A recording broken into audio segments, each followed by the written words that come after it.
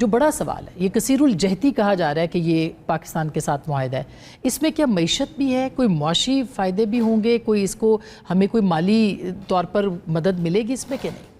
دیکھیے فوری طور پر تو اس کی اس طرح کی ڈیٹیل سامنے نہیں ہے، لیکن جب ڈیفنس کی بات ہوتی ہے تو اس کے اندر معاشی اینگل ہمیشہ ایک ہوتا ہے. اگر آپ صرف جنگ کی بات کریں، بھارت کے ساتھ ہماری ایک جنگ ہوئی ہے، مختصر جنگ ہوئی ہے 4-5 دن کی. اس وقت یہ بات کہی جا رہی تھی خدا نہ خواستہ اگر یہ جنگ کوئی 1 مہینے یا 1.5 مہینے پہ چلی جائے تو شاید ہم اس کو سسٹین نہ کر سکیں. سسٹین نہ کرنے کی ایک بڑی وجہ یہ بھی ہوتی ہے کہ آپ کے پاس آئل کا اتنا بڑا ذخیرہ نہیں ہوتا. آپ کی جو فورسز کی جو موومنٹ ہوتی ہے اس کے لیے بہت آپ کو ریکوائرمنٹس ہوتی ہیں آئل کی. جنگ کی صورتحال میں پاکستان کو اس قسم کی پریشانی کا سامنا نہیں کرنا پڑے گا. خدا نخواستہ کبھی یہ موقع آتا ہے، عمومی طور پر ہمارے پاس 1 سے 2 ہفتوں کے جو ہے وہ ذخائر ہوتے ہیں.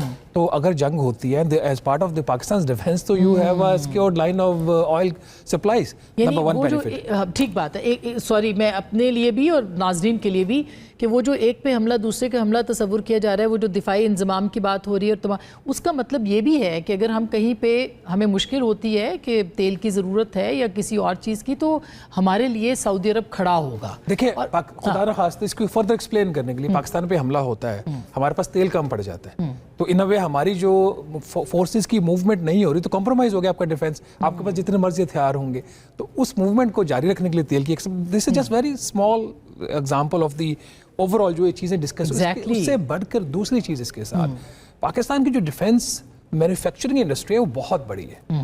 اس کی اس طریقے سے ریکگنیشن اور یا ہم کرتے بھی نہیں ہے. ڈیفنس پروڈکشن کی بہت کم ایگزیبیشن ہوتی ہے بٹ اسٹل ہوتی ہے، لوگوں کو اتنا اندازہ نہیں ہے. وہ جو ڈیفنس انڈسٹریل پروڈکشن ہے وہ کھل گئی ہے اب سعودی انویسٹمنٹ کے لیے. اچھا پہلے ہماری کچھ لمیٹیشنز ہوتی تھی. اب جو فورن انویسٹمنٹ ہوتی ہے، جو بائی لیٹرل انویسٹمنٹ ٹریٹیز ہوتی ہے اس کے اندر ایکسکلوژن کلازز ہوتی ہیں. اس کے اندر ایک ایکسکلوژن یہ ہوتی ہے کہ جو ڈیفنس کا شعبہ ہے وہ غیر ملکی پرائیویٹ انویسٹمنٹ کے لیے اوپن نہیں کرتے. عمومی طور پر کنٹریز نہیں کرتی، پاکستان نہیں کرتا.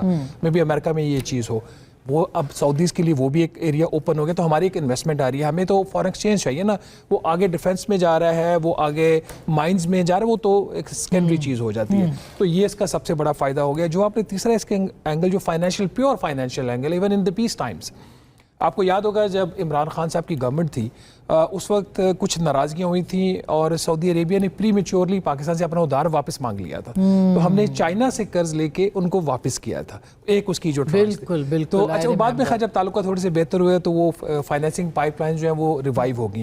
ابھی بھی جو اسٹیٹ بینک آف پاکستان کا کچھ $14.5 ارب کا غیر ملکی زر مبادلہ کے ذخائر ہیں، جس میں $5 ارب سعودی عربیہ کی کیش ڈپازٹ ہے. اس 5 میں سے $2 ارب میچور ہے جس کو ہم نے واپس کرنا ہے دسمبر 2025 میں، اور $3 ارب میچور ہوگا اگلے سال جون 2026 میں. تو ہمیں اب شاید وہ اس طریقے سے پریشانی نہ ہو کہ اگر ہم واپس نہیں کر پاتے تو ہمیں رول اوور جو ہم کروا رہے ہیں کئی سالوں سے 2019 آنورڈز، تو پھر کیا سعودی عربیہ رول اوور کرے گا یا نہیں کرے. تو اٹس اے کمپلیٹ پیکج.